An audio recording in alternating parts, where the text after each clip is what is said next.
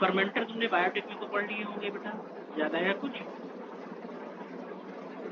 Industrial scale के ऊपर जो भी वाइन है, बियर है, एंटीबायोटिक्स हैं, ये सब माइक्रोबियल एक्शन होता है और ये सब चीजें हम इंडस्ट्रियल प्रोडक्ट में लेते हैं, इंडस्ट्रीज होती हैं।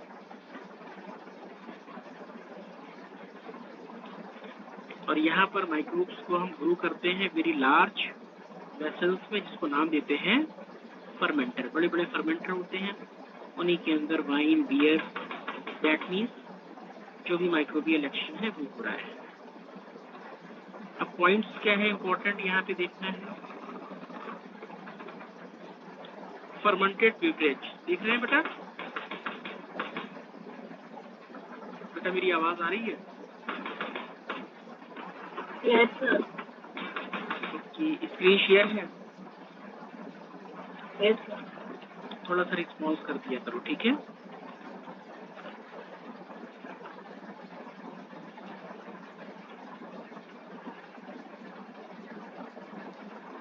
तो फर्मेंटेशन के लिए हम जानते हैं कि फर्मेंटेड जो बेवरेज है वो बियर, वाइन, विस्की, ब्रांडी, रम, इन सब के पर्पस के लिए हम अल्कोहल, और अल्कोहल हम कैसे लेते हैं? जब कार्बोहाइड्रेट का फर्मेंटेशन होता है, और उसके फर्मेंटेशन के लिए जो हम यूज करते हैं ईस्ट, उसका नाम क्या है?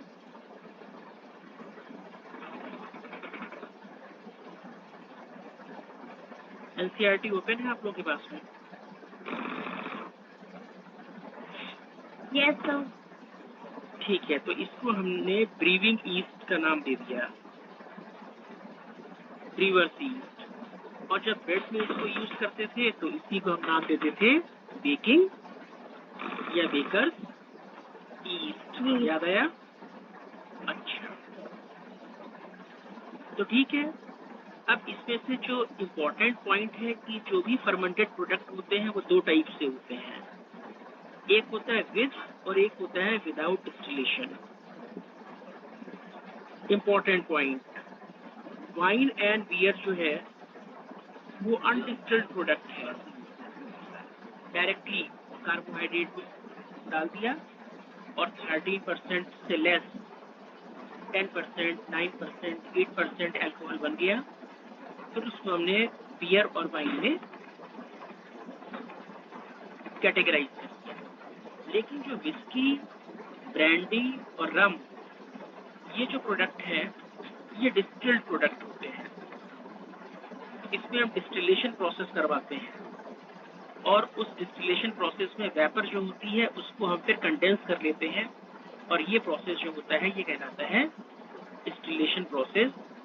तो दो चीजें याद रखनी है, ये नीट का क्वेश्चन है, डिस्टिल्ड प्रोडक्ट एंड अनडिस्टिल्ड प्रोडक्ट। तो अनडिस्टिल्ड प्रोडक्ट में वाइन और बियर, इसके अलावा भी कभी कभार कुछ नेम आ जाते हैं, जैसे फॉर एग्जाम्पल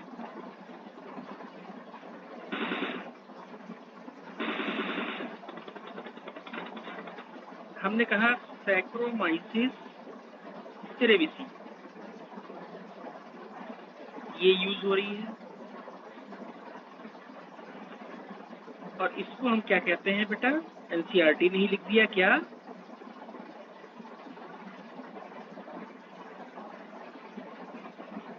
ब्रीवर्स ईस्ट। इसके अलावा कुछ और होती है, जैसे सैक्रोमाइसिस एलेप्सोइडेंस, इसको क्या कहते हैं? ये बेसिकली वाइन बनाने में यूज होती है, तो इसे कहते हैं वाइन ईस्ट।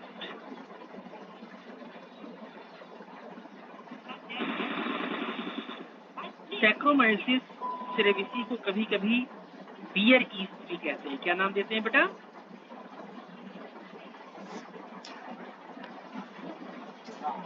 क्लास में बैठो यार।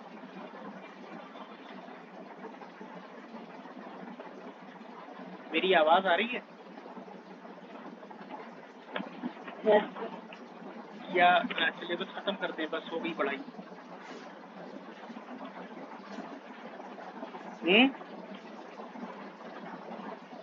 आज के बाद क्लास ही खत्म कर देंगे बॉटनी की। एक तो ऑनलाइन पढ़ा रहे हैं, उसके ऊपर से तुम लोग कुछ रिस्पॉन्स नहीं करते हो तो बहुत खराब लगता है। ऐसा लगता है कि दीवार से बैठ के बातें कर रहे हैं, ठीक है ना। और दीवार से बैठ के बातें करने में इंसान पागल हो जाता है। तो वैसे ही कुछ कंडीशन हमारी भी हो जाती है कि अगर तुम दूसरी साइड में रिस्पॉन्स नहीं देते हो, मैं 2 बार पूछता हूँ, कुछ आवाज ही नहीं आती है, ठीक है ना। तो थोड़ा सा रिस्पॉन्सिव बनो, थोड़ा सा रिस्पॉन्स दे दिया करो। Okay sir. तो ये हो गया। अब इसमें एनसीईआरटी में ही डिस्टिल्ड और अनडिस्टिल्ड तो हो ही गया बेटा, ठीक है। अब इसमें जो चीजें हैं वो कभी कभी पूछ दी जाती है। ये तो वाइन ईस्ट की बात हो गई, और रीवर ईस्ट बहुत इंपॉर्टेंट क्वेश्चन है, ये आ जाते हैं। क्लियर हो गया बेटा? अच्छा, उसके बाद हम आ जाते हैं एंटीबायोटिक्स। बहुत इंपॉर्टेंट चैप्टर, बहुत छोटा है, क्वेश्चन बहुत ज्यादा है। एंटीबायोटिक होता है अगेंस्ट, और बायो मीन्स होता है लाइव। तो अगेंस्ट लाइव तो बड़ा अजीब सा सेंटेंस बन गया, लेकिन ये लाइव, अगेंस्ट लाइव जो मीनिंग है ये डिजीज कॉजिंग ऑर्गेनिज्म के लिए है, ये हमारे लिए नहीं है। अगेंस्ट लाइव इसके कंटेक्स्ट में कहा गया है डिजीज कॉजिंग ऑर्गेनिज्म। और ह्यूमन बींग्स के लिए क्वेश्चन आया पीएमटी में, ह्यूमन बींग्स के लिए हम इसको यूज करते हैं as a pro life, not against. जब भी कोई disease causing microbes, specially bacteria हमारे ऊपर अटैक करते हैं, तो हम उनको एलिमिनेट करने के लिए, हम किल करने के लिए, हम उनको डिस्ट्रॉय करने के लिए एंटीबायोटिक्स लेते हैं। फिर क्वेश्चन बना, एंटीबायोटिक फर्स्ट डिस्कवर्ड एंटीबायोटिक कौन सी है? क्वेश्चन हो गया पेंसिलिन। और ये discovery, it was a chance discovery. Alexander Fleming while working on staphylococcus bacteria, second world war चल रही थी, लोगों की इन्फेक्शन होता था, उनकी डेथ इन्फेक्शन से गुजारी थी, वो इन्फेक्शन बैक्टीरियल था। और जो इन्फेक्शन में बैक्टीरिया पड़ते थे वो मेनली पस में जो बैक्टीरिया पड़ते थे स्टेफाइलोकोकस। मान लो कोई बुलेट लगी या कहीं पर घाव हुआ तो वहां पर बैक्टीरिया आ गया स्टेफाइलोकोकस, उसने पस फॉर्मेशन करना शुरू किया, अब वो इन्फेक्शन बढ़ना शुरू हुआ। तो अलेक्जेंडर फ्लेमिंग एक्चुअली काम कर रहे थे स्टेफाइलोकोकस बैक्टीरिया पर कि इनको कैसे मारा जाए। अलग अलग कल्चर प्लेट पे स्टेफाइलोकोकस की कॉलोनी बनाकर उस पर बाहर से एक्सट्रैक्ट ला रहे थे। किसी लीफ का एक्सट्रैक्ट ले आए, कभी किसी फंगस का ले आए, कभी किसी का ले आए, और देखते थे स्टेफाइलोकोकस के नंबर कैसे कम होंगे। अचानक से एक दिन देखा कि कुछ पैट्री डिशेस थी जिसमें स्टेफाइलोकोकस के नंबर कम हो गए थे या वो मर गए थे। उन्होंने देखा ऐसा इस पैट्री डिशेस में क्या हुआ। तो जब उन्होंने ध्यान से स्टडी करी तो देखा उस पैट्री डिशेस में पेनिसिलियम नोटेटम के स्पोर्स आ गए थे, और उन पेनिसिलियम नोटेटम के स्पोर्स ने स्टेफाइलोकोकस को किल कर दिया। तो क्वेश्चन बन गया, क्वेश्चन बना कि during the study of antibiotics Alexander Fleming work किसके ऊपर कर रहे थे? तो आंसर क्या होगा? बहुत इंपॉर्टेंट क्वेश्चन है। तो ये बाई चांस उनको ये स्टडी हुई, और पेनिसिलियम नोटेटम उस टाइम पर ये नाम दिया जा चुका था, और उससे जो फर्स्ट एंटीबायोटिक निकली उसका नाम क्या हुआ? पेनिसिलिन। उसके बाद कई और साइंटिस्ट बैठे, उसको अच्छी तरीके से उसमें से इफेक्टिव एंटीबायोटिक्स को एक्सट्रैक्ट किया और फिर उनको पेशेंट को देना शुरू किया, और ये एक 20th सेंचुरी की बहुत बहुत बहुत इम्पोर्टेंट डिस्कवरी में आता है। द एंटीबायोटिक, लास्ट पॉइंट बहुत इम्पोर्टेंट है, अर्नेस्ट शेन और फ्लोरी ने इफेक्टिवनेस, फुल पोटेंशियल उसका एक्सप्लेन किया, और बाद में फ्लेमिंग, चेन और फ्लोरी तीनों को नोबेल प्राइज मिला मेडिसिन का इन 1945 for the discovery of first antibiotic, that was penicillin. Clear? Additional question कौन कौन से बने जो एनसीईआरटी में नहीं है लेकिन कॉमन क्वेश्चन है नीट के लिए, जो कभी कभी पूछे जाते हैं, उसमें से क्वेश्चन बना, टर्म एंटीबायोटिक फ्लेमिंग ने नहीं दिया, term antibiotic was coined by Voxman.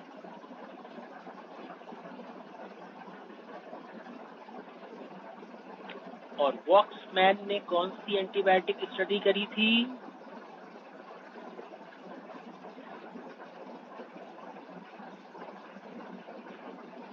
बताओ। And discovered streptomycin.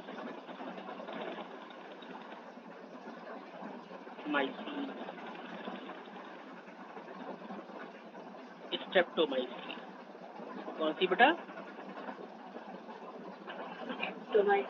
स्ट्रेप्टोमाइसिन। अब फिर क्वेश्चन आया, एंटीबायोटिक्स ऑब्टेन फ्रॉम, तुम्हें पता है antibiotics obtain from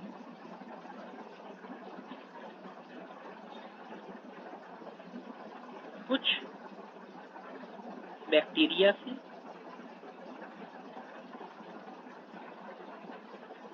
you bacteria से। किससे बेटा? बैक्टीरिया, कुछ बैक्टीरिया से, ठीक है ना। जैसे एग्जाम्पल रेसिट्रेसिन,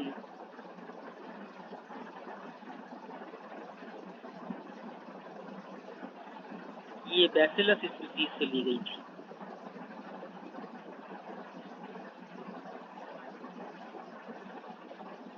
पॉलीमिक्सिन, ये भी बैसिलस स्पीसीज से ली गई थी।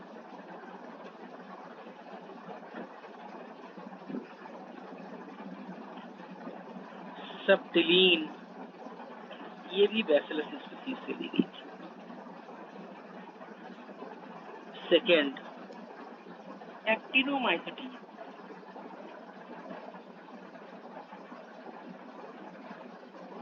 ये भी एक बैक्टीरिया होते हैं, क्या? एक्टिनोमाइसिटीन। इसमें से एक था स्ट्रेप्टोमाइसिस, कौन सी स्पीसीज बेटा? स्ट्रेप्टोमाइसिस। और स्ट्रेप्टोमाइसिस से वैरायटी ऑफ स्पीसीज जो है, वैरायटी ऑफ एंटीबायोटिक जो है वो ली गई हैं।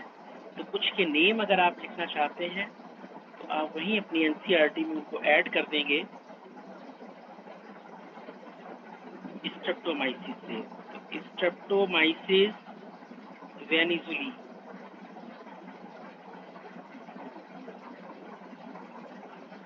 स्ट्रेप्टोमाइसिस वेनिजुली से जो लिया गया वो थी क्लोरेमफेनिकोल, क्लोरेमफेनिकोल। इसके अलावा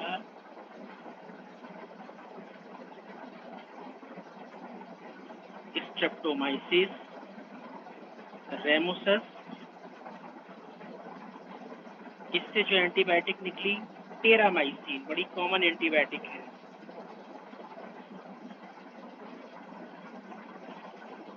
टेरामाइसिन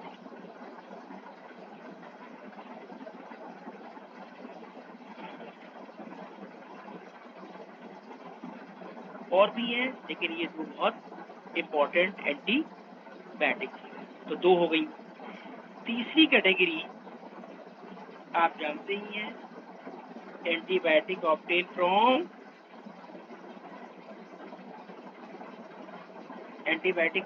बेटा फंजाई। जिसमें से हमारी निकली कौन सी,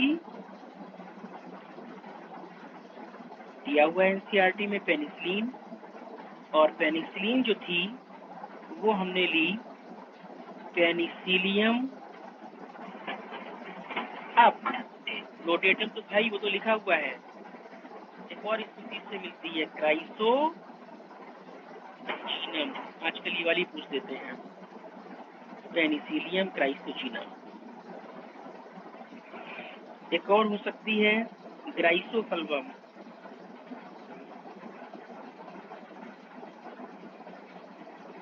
ग्राइसोफेल्विन, इसको लिया पेनिसिलियम, स्पीसीज थी ग्राइसोफल्वम।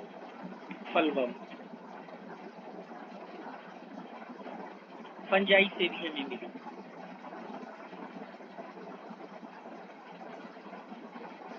और बहुत इंटरेस्टिंग फैक्ट ये है कि कुछ लाइकेन से भी एंटीबायोटिक्स मिले।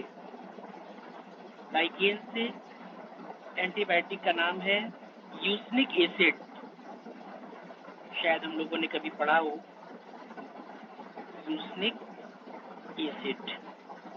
ये हमें दो लाइकेन से मिलता है, क्लेडोनिया एंड यूसनिया। ये हम लोगों ने लाइकेन वाले टॉपिक में पढ़ा था। तो that means you can say antibiotics obtain from eubacteria, actinomyces, fungi and lichen.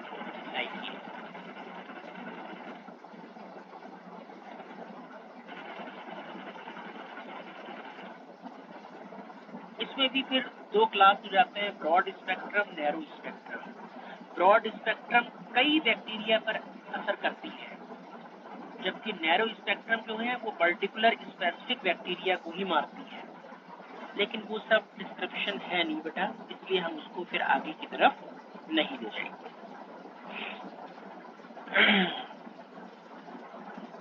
और याद रखना, एंटीबायोटिक से सिर्फ हम बैक्टीरियल डिजीज ही ट्रीट करते हैं, वायरल डिजीज हम एंटीबायोटिक से ट्रीट नहीं करते हैं।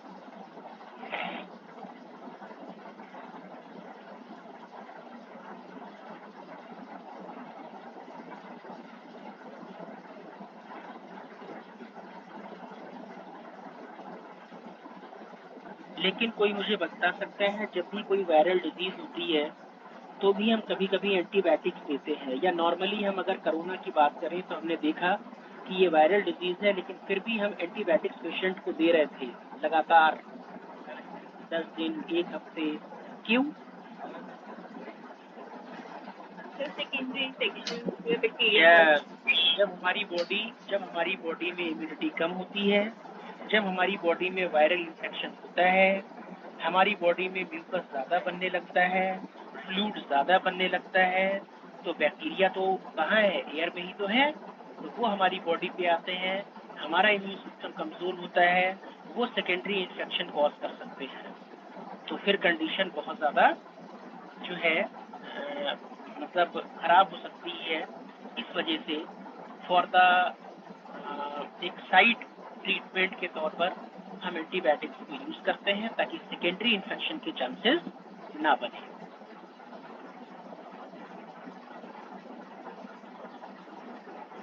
प्लेग, वूपिंग कफ, काली खांसी कहते थे पहले, डिप्थीरिया, लेप्रोसी, ये सारी की सारी जो है वो बैक्टीरियल डिजीज हैं, और बैक्टीरियल डिजीज जो है उनको हम एंटीबायोटिक से ही ट्रीट करते हैं।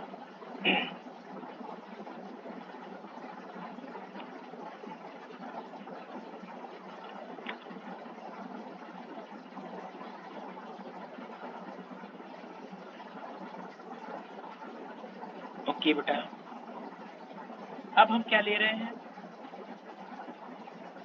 अब हम कुछ माइक्रोब से केमिकल्स, एंजाइम और कुछ बायो एक्टिव मॉलिक्यूल्स वगैरह यूज कर रहे हैं। तो सब हम आ जाते हैं ऑर्गेनिक एसिड पर।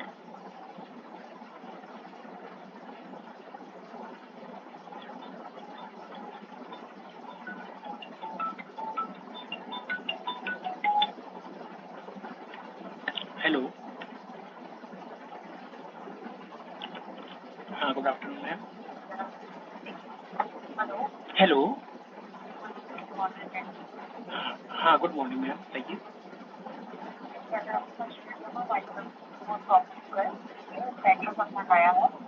और अपनी ब्रांड का जो डिस्प्ले है अपनी ब्रांड को अपने दिमाग से बात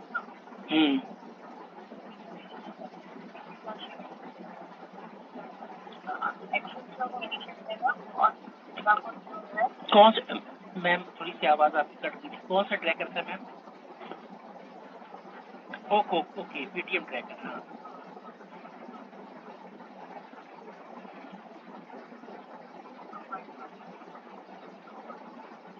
ओके,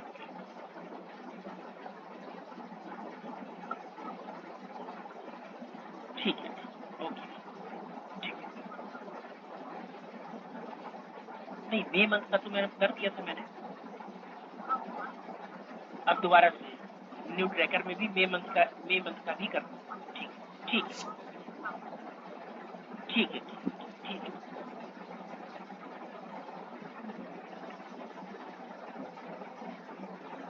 मेरी आवाज आ रही है? Yes sir. तो अब आ जाते हैं हम लोग अपने ऑर्गेनिक एसिड पर। अरे भाई, ये भी कैसे मिलेंगे? फर्मेंटेशन से मिलेंगे। अब पॉइंट ये आएगा, कौन से माइक्रोब्स वहां पे जाके फर्मेंटेशन करेंगे जिसकी वजह से हमें ऑर्गेनिक एसिड मिल जाए। तो सपोज कमर्शियल लेवल पर सिट्रिक एसिड लेने के लिए फर्मेंटेशन कौन सा बैक्टीरिया करेगा, कौन सा फंजाई करेगी, ये नाम आ जाता है। यहाँ पर फंगस है एस्परजिलस नाइगर। कौन सा फंगस है? Aspergillus Niger. हाँ, ये फर्मेंटेशन करेगा वहां पर जाके ऑर्गेनिक एसिड के प्रोडक्शन के लिए। बहुत इंपॉर्टेंट क्वेश्चन पीएमटी का बार बार आता है, सिट्रिक एसिड वाला। बाकी एसिटिक एसिड तो आसान है, एनसीईआरटी में लिखा है। एसिटिक एसिड नहीं पूछेंगे, क्योंकि एसिटिक एसिड के लिए जो बैक्टीरिया का नाम है वही बन जाता है एसिटोबैक्टर।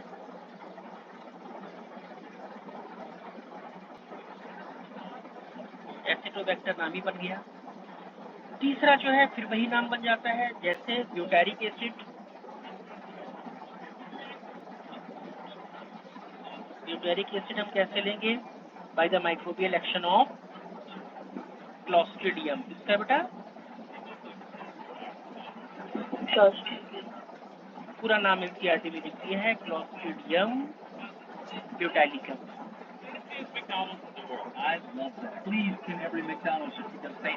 लैक्टिक एसिड भी आप जानते हैं, लैक्टोबैसिलस। आसान हो गया। Tastes better than a $6 cupcake from Walmart. Probably not. This is a $30 sandwich. I've had more expensive sandwiches than $30, but it was big. This is a YouTuber named What's Inside. Lactobacillus Robot restaurant. I bet it's in Japan. एक अलग जो NCERT में नहीं है, कभी कभी पूछ दिया जाता है। Yeah, we need to go to Japan right now.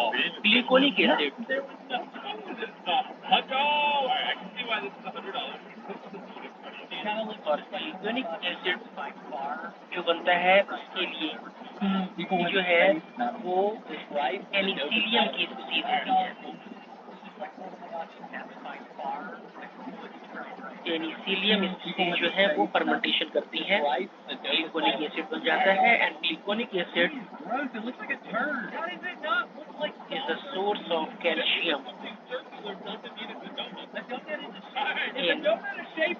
in fat.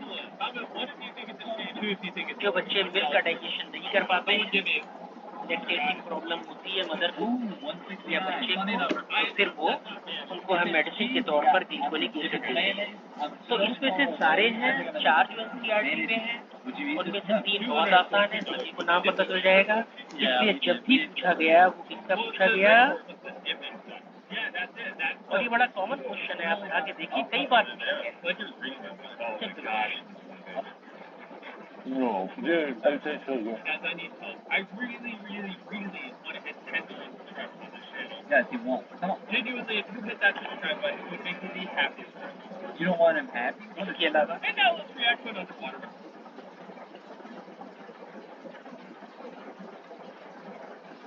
microbes are also used in the production of enzyme, lipase enzyme है, Yo, it'd be funny if they only protease enzyme है, pectinase enzyme है, तो इसमें तो enzyme के नाम दे देते हैं। अब जो नए टाइप के डिटर्जेंट आते हैं उसमें लाइपेज होता है, लाइपेज ऑयल की को रिमूव कर देता है, आसान है, लाइपेज लिपिड पे काम करेगा। तो अगर हम एंजाइम की बात करें यहाँ पर, एनसीईआरटी ने दिया नहीं है, कमर्शियल एंजाइम भी हम निकाल रहे हैं, उसमें से हमने निकाला लाइपेज, जो हम डिटर्जेंट वगैरह में यूज कर सकते हैं। ये लाइपेज एंजाइम हम ले सकते हैं कैंडिडा लाइपोलिटिका, ये ईस्ट होती है, क्या होती है बेटा, ये ईस्ट होती है कैंडिडा लाइपोलिटिका।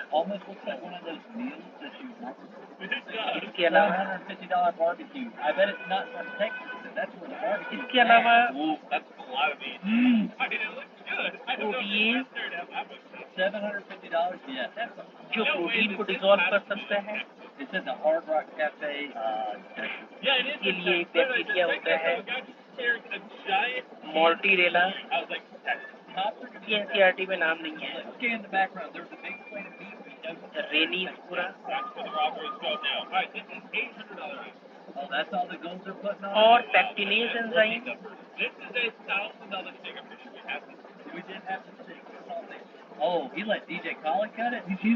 पैक्टिनेज एंजाइम, ये भी हम कुछ पेनिसिलियम स्पीसीज से ले सकते हैं। अब एनसीईआरटी क्या लिखती है, देखो ध्यान दो। You must have notice that bottled fruit juice bought from the market are clear, ज्यादा साफ होते हैं as compare to those made at home. हम अपने घर में जूस निकालते हैं मिक्सी में, वो गाढ़ा होता है ना, ओपेक होता है, लेकिन जो मार्केट वाली फ्रूटी होती है वो ज्यादा क्लियर होती है। जो मार्केट वाली एपी होती है, एप्पल जूस ज्यादा क्लियर होता है। घर में जूस निकालते हैं वो इतना क्लियर नहीं होता है। फर्क क्या होता है, घर में जब आप जूस निकालते हैं तो उसमें मौजूद पैक्टिन भी होती है, उसमें मौजूद प्रोटीन भी होती है। पैक्टिन और प्रोटीन उसको थोड़ा सा ओपेक बना देती है, उसको गाढ़ा बना देती है। अब इंडस्ट्रियल लेवल पे क्या होता है, जूस ऐसे ही निकाला जैसे हम लोग निकालते हैं, बट उसमें हम ट्रीट किससे करा देते हैं, उसको ट्रीट हम करा देते हैं question. The bottle juice are clarified by the use of pectinase and protease enzyme. और जब पैक्टिनेज और प्रोटीएज से उसको ट्रीट कराते हैं तो क्या है बेटा, होता ये है कि उसमें मौजूद सेल वॉल पैक्टिन की वो डिसॉल्व हो जाती है, और उसमें मौजूद जो प्रोटीन होती है वो डिसॉल्व हो जाती है अमाइनो एसिड में, और वो बहुत ज्यादा क्लियर लाइक प्रोटीन और एपी की तरह हमें दिखाई पड़ती है। We serve that exact same burger at Beast Burger. Yes, sir. So we take the $2,000 burger, so then I cover the entire cost. So available nationwide for order. ठीक है बेटा। अब एक और आ गया प्रोडक्ट, बायोएक्टिव मॉलिक्यूल, ध्यान रखना, बहुत इंपॉर्टेंट क्वेश्चन। जब तक ये क्वेश्चन जो है वो पूछा जा रहा है, सिंपल क्वेश्चन, क्या streptokinase, $3,000 to $4,000 worth of cheese and then another. I'm just distraught that there's $3,000 कहते हैं RTPA बायोटेक में रिकॉम्बिनेंट बैक्टीरिया के अंदर से बनाया रिकॉम्बिनेंट टिश्यू प्लाज्मिनोजन एक्टिवेटर। क्या नाम हो गया इसका बेटा?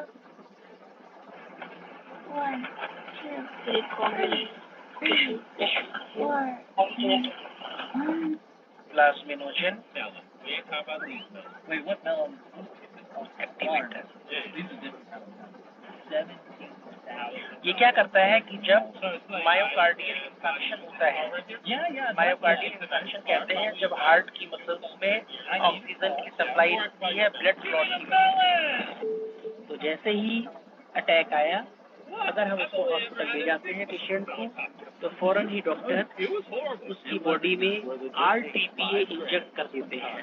NCERT उसको लिखती है स्ट्रेप्टोकाइनेज, और वो RTPA क्या करती है, जो क्लॉट बना है कोरोनरी आर्टरी वगैरह में या कहीं पर भी, ब्रेन में या कहीं पर भी, जैसे ब्रेन हैमरेज हो गया या मायोकार्डियल इन्फेक्शन आ गया, दैट मीन्स ये क्लॉट की वजह से होता है। और अगर RTPA हम इंजेक्ट करते हैं तो वो उस क्लॉट को क्या करता है,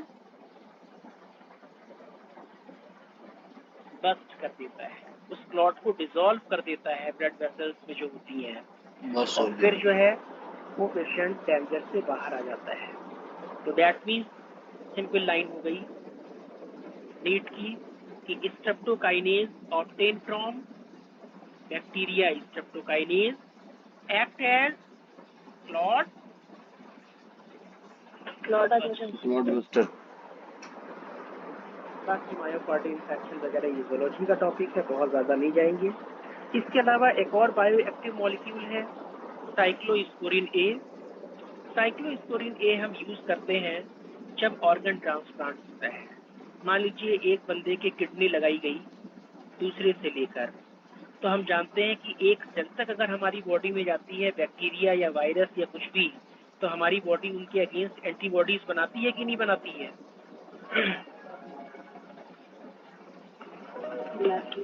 बनाती है। तो सोचने वाली बात यह है कि इतनी बड़ी किडनी हम बाहर दूसरे की ले जा रहे हैं, तो नो डाउट हमारी बॉडी एंटीबॉडीज बना के उस पूरी किडनी को डिस्ट्रॉय कर देगी जो दूसरे की आई है। तो इस टाइम पर हमें उस बॉडी को का जो इम्यून सिस्टम है उसको सप्रेस रखना होता है, मतलब बॉडी का इम्यून सिस्टम ये पहचान ना पाए कि ये किडनी किसी दूसरे की है। ये बहुत इंपॉर्टेंट ड्रग होती है साइक्लोस्पोरिन ए, इम्यूनोसप्रेसिव एजेंट होता है। कुछ दिनों तक ये पेशेंट को देते रहते हैं ताकि उसकी बॉडी सेल्फ और नॉन सेल्फ में डिफरेंशिएट ना कर पाए। फिर धीरे धीरे जो है वो प्रॉब्लम खत्म होने लगती है, लेकिन फिर भी इसीलिए ऑर्गन ट्रांसप्लांटेशन कभी 100% सक्सेसफुल नहीं होता है। कोई ये नहीं कह सकता कि आज को हमने किडनी लगा दी अब ये हमेशा काम करती रहेगी, नहीं। हो सकता है 1 दिन, हो सकता है 2 दिन, हो सकता है 5 साल, हो सकता है 8 साल, क्योंकि किसी न किसी दिन तो जो इम्यून सिस्टम है वो वेकअप होगा, और जिस दिन इम्यून सिस्टम वेकअप होता है उस दिन कहता है अच्छा ये किडनी बाहर की है, फौरन उसके अगेंस्ट एंटीबॉडीज बनाकर उसको रिजेक्ट मार देता है, दैट मींस किडनी को डिस्ट्रॉय कर देता है। दूसरी प्रॉब्लम इन पेशेंट में ये भी आती है ऑर्गन ट्रांसप्लांटेशन में कि हम इम्यूनोसप्रेसिव ड्रग लेते रहते हैं, इसकी वजह से बाहर के जो माइक्रोब्स होते हैं, वायरस, बैक्टीरिया, जब वो बॉडी पे अटैक करते हैं तो भी हमारी बॉडी उनको नहीं पहचान पाती है। लेकिन फिर भी लाइफ सेविंग ड्रग है, जान बचाने के लिए साइक्लोस्पोरिन ए का यूज करते हैं ऑर्गन ट्रांसप्लांटेशन पेशेंट में जो इम्यून सिस्टम को सप्रेस करती है। क्वेश्चन आपका बना साइक्लोस्पोरिन ए लेते कहाँ से है? जाने लगता है। फंगस। इनफैक्ट आज कौन उसके सी इस फंगस? जायंट रोबोट की एक बहुत ही बड़ी बुल के साथ फाइट थी, लेकिन वो ट्राइकोडर्मा, कोई आम बुल नहीं था, वो कई कॉम्पिटिशन जीत क्वेश्चन चुका आएगा, था। काफी गुस्से साइक्लोस्पोरिन वाला की काले ऑब्टेन रंग का फ्रॉम बहुत बड़ा फंगस, बुल। एट ट्राइकोडर्मा लास्ट चार्ली उस पॉलीस्पूरा, जगह पर पहुंच जाता है used और as उस बुल के ओनर से अमाउंट डन immunosuppressive करता है कि agent अगर मैं जीत in गया तो organ तुम्हें मुझे transplant 20,000 patient। डॉलर Clear देने हो होंगे। गया? तो आगे से वो ओनर कहता है कि जाहिर सी बात है, और अगर तुम हारे तो यही पैसा तुम्हें मुझे देना होगा। एक और एक और ड्रग है बेटा, चार्ली एक के और पास एक बायोमोलिक्यूल कंट्रोल होता एजेंट है है जिससे वो अपने रोबोट को स्टेटिन। कंट्रोल कर रहा था, और दूसरी तरफ बुल को तो जिन कंट्रोल लोगों का करने की ब्लड जरूरत कोलेस्ट्रॉल ही लेवल नहीं थी। बढ़ा वो होता खुद है, ही डॉक्टर उस उनको रोबोट के लिए काफी अटेरबुल था। स्टेटिन की चार्ली टेबलेट शुरू में देते तो हैं, अपनी रोबोट को अलग अलग काफी टाइप अच्छे की से मार्केट कंट्रोल में कर रहा आती होता हैं। है, लेकिन ये फिर स्टेटिन उसका क्या जरा करती सा है? ध्यान हटने पर ब्लड उसका कोलेस्ट्रॉल रोबोट को कम नीचे गिर करती जाता है। ये है। स्टेटिन बुल उसके रोबोट एक को काफी बुरी तरह से जख्मी कर चुका था। अब जो चार्ली है को वो टेंशन की होने तरह लगती है कि कम्पिटिटिव मेरा इनहिबिटर की रोबोट तरह अब काम कैसे करती खेलेगा। है। तो वो उस आदमी उस से कहता एंजाइम है को कि हटा मैच देती है दोबारा जो स्टार्ट करते हैं। कोलेस्ट्रॉल तो बनाते वो हैं आदमी और कहता है उसकी जगह कि पे ना अपने ना, आप लग अब जाती है। तुम्हारा रोबोट तो कूड़े जैसे ही में स्टेटिन जाएगा। लगती और है, जब हम यही होता स्टेटिन है। बाहर से उसका लेते हैं इतना तो स्टेटिन जायंट वहाँ बुल पर उस एंजाइम की रोबोट का जगह पर कुछ लग नहीं जाती है छोड़ता।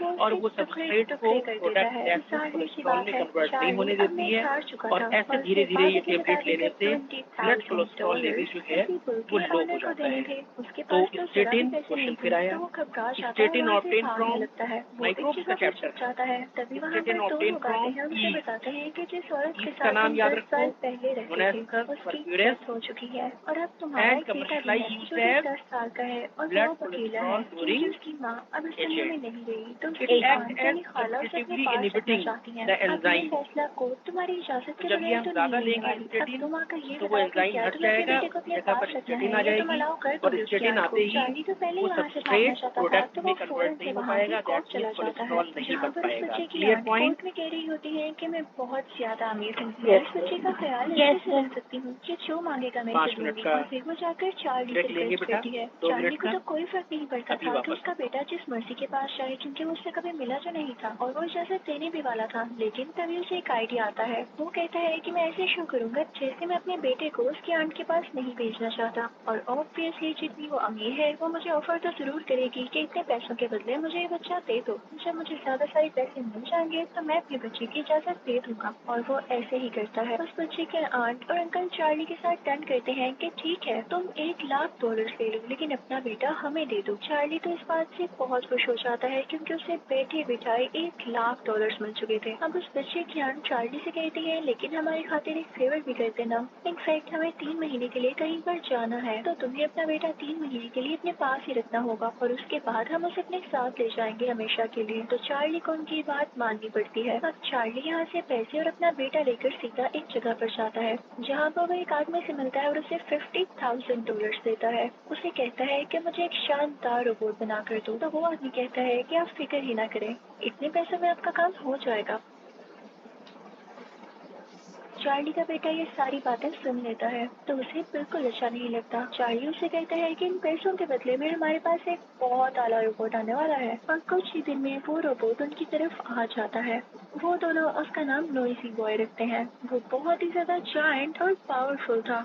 चार्ली ये प्लान करता है कि क्यों ना, इतना अच्छा रोबोट मेरे पास आ चुका है तो एक रोबोट फाइटिंग ही हो जाए। चार्ली का बेटा कहता है कि मैं भी आपके साथ जाऊंगा, और अब वो दोनों एक जगह पर जाते हैं और रोबोट फाइटिंग शुरू हो जाती है। चार्ली चाहता तो इतने पावरफुल रोबोट का यूज करके वो ये फाइटिंग जीत सकता था, लेकिन था वो केयरलेस ही। वो ये फाइट भी पूरी तरह से हार जाता है क्योंकि दूसरे आदमी का रोबोट पहले तो नोइसी बॉय का हाथ उखाड़ता है और फिर उसके बाद उसका सर उसकी बॉडी से अलहदा कर देता है। इस बात की वजह से चार्ली बहुत टूट जाता है। अब वो अपने बेटे से कहता है कि कुछ भी हो, मैं इस रोबोट को छोड़ कर ही रहूंगा, और फिर वहाँ से ये दोनों जंक यार्ड जाते हैं ताकि वहाँ से इनको कोई ऐसा सामान मिल सके जिनकी वजह से इसका रोबोट जुड़ सके।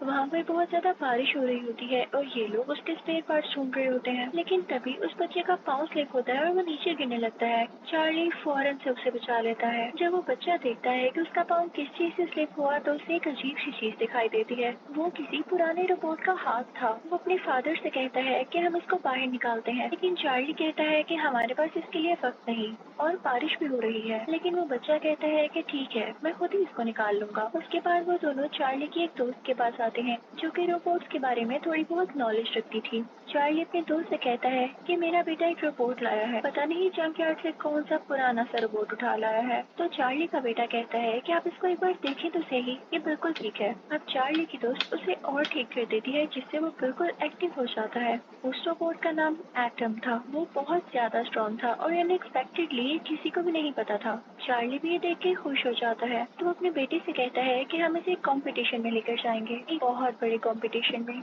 जिसमें दुनिया का सबसे ज्यादा स्ट्रॉन्ग रोबोट है और उसे आज तक कोई भी नहीं हरा सका। एटम में एक ऐसी अच्छी एबिलिटी थी कि वो चीजों को याद कर लिया करता था, यानी उसे जो भी सिखाया जाता वो फौरन सीख लेता था। उसे चाहे फाइटिंग स्किल्स सिखाओ या कुछ और सिखाओ, उसको कॉपी कर लिया करता था। और अब चार्ली और उसका बेटा इस रोबोट की ट्रेनिंग करते हैं ताकि ये उस रोबोट से लड़ सके। और फाइनली वो टाइम आ जाता है जब एटम काफी ज्यादा ट्रेन रोबोट बन जाता है और कई कॉम्पिटिशन में हिस्सा लेता है। मजे की बात ये थी कि अब चार्ली और उसका रोबोट यानी एटम कई कॉम्पिटिशन जीतने लगे थे और इसके लिए चार्ली को कई बार ऑफर होती है कि हमें ये अपना रोबोट बेच दो, चाहे हमसे $2 लाख ले लो। लेकिन चार्ली का बेटा इस बात पर एग्री नहीं होता था। वो कहता था कि हम और फाइट्स करेंगे और अपने रोबोट्स को ट्रेन करके बहुत बड़ा कंपटीशन लड़ेंगे। और जो साथ साथ कॉम्पिटिशन हो रहे हैं इसकी वजह से एटम की काफी अच्छी ट्रेनिंग भी हो रही है। और आज तो एटम का एक और स्ट्रॉन्ग रोबोट से मैच था और अब ये फाइट शुरू हो जाती है। चार्ली के बेटे ने उसे डांस करना भी सिखाया था और वो डांस करते हुए बैटल में एंटर होता है। उसका सामना एक 2 सर वाले रोबोट से होता है जो आते ही उस पर काफी भारी पड़ता है और वो दोनों लड़ने लगते हैं। एटम भी बार बार उस पर अटैक कर रहा था और वो स्ट्रॉन्ग रोबोट भी। वो दोनों एक दूसरे को बहुत पंचेस मारते हैं। ऐसे लग रहा था जैसे वो स्ट्रॉन्ग रोबोट जीत जाएगा,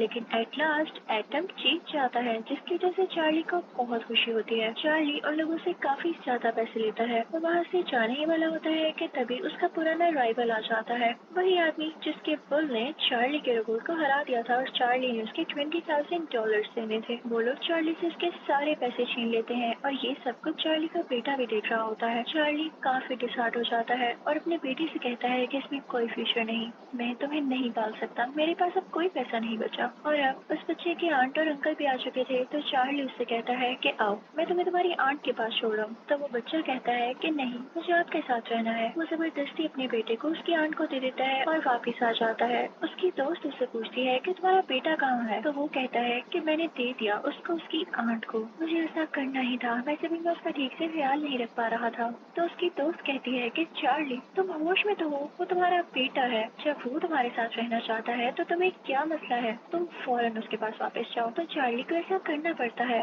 चार्ली को एहसास हो चुका था कि उसका बेटा ही था जिसने एटम को इतनी टेक्निक सिखाई।